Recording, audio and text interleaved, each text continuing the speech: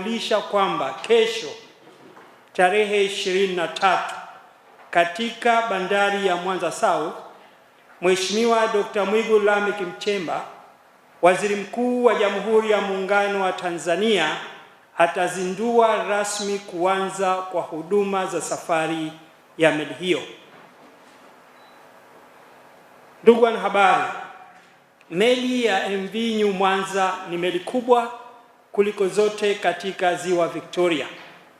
Ina uwezo wa kubeba abiria 1200 na tani 400 za mizigo pamoja na magari makubwa 3 na magari madogo 20. Meli hii imeundwa kwa viwango vya kimataifa na ina urefu wa mita 92.6, karibu sawa na uwanja wa mpira wa miguu, na upana wa mita 17, ikiwa na kimo yani height ya ghorofa 4, sawa sawa na nyumba ya ghorofa 4.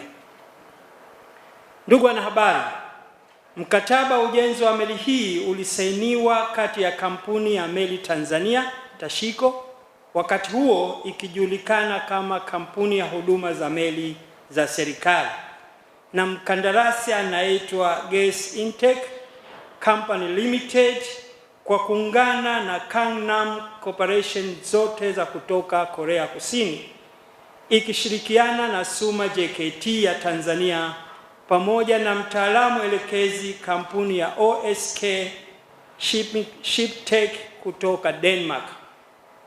Ushirikiano huu umewezesha uhamisho wa teknolojia na kutoa uzoefu mkubwa kwa wataalamu wetu wa ndani. Ujenzi wa meli hii umetumia gharama ya shilingi bilioni 120.562. Ndugu wanahabari, wakati serikali ya awamu ya 6 inaingia madarakani, mradi huu ulikuwa umefikia asilimia 40 tu ya utekelezaji, huku mkandarasi akiwa amelipwa shilingi bilioni 40.644. Tunaishukuru sana serikali ya awamu ya 6 chini ya uongozi mahiri wa Mheshimiwa Dr. Samia Suluhu Hassan, Rais wa Jamhuri ya Muungano wa Tanzania, ambayo imewezesha mradi huu kukamilika kwa kutoa kiasi chote cha fedha cha shilingi bilioni 79.918 zilizokuwa zimebaki ili kukamilisha mradi huu.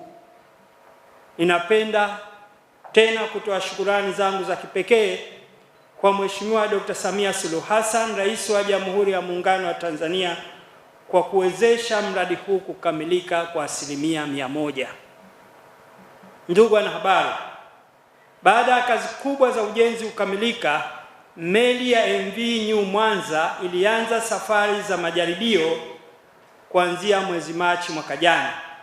Safari hizi zilifanyika kwa awamu mbalimbali katika vipindi tofauti ili kufanya tathmini ya kina ya utendaji kazi wa mifumo ya meli, ikiwemo engine, mifumo ya usalama pamoja na utendaji wa jumla wa meli kabla kuanza matumizi rasmi. Ndugu wanahabari, baada ya kukamilika kwa ujenzi na kufanyika majaribio yote muhimu, meli ya MV New Mwanza ilikaguliwa na shirika la uwakala wa meli Tanzania TASAC, ambalo kisheria ndio limepewa kazi hiyo, na hatimaye kuruhusu kuanza rasmi safari za kibiashara.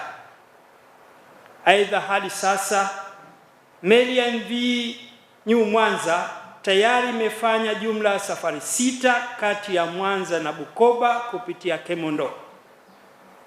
Kati ya safari hizo meli imebeba jumla abiria 7,028 na kusafirisha takriban mzigo wa tani 673.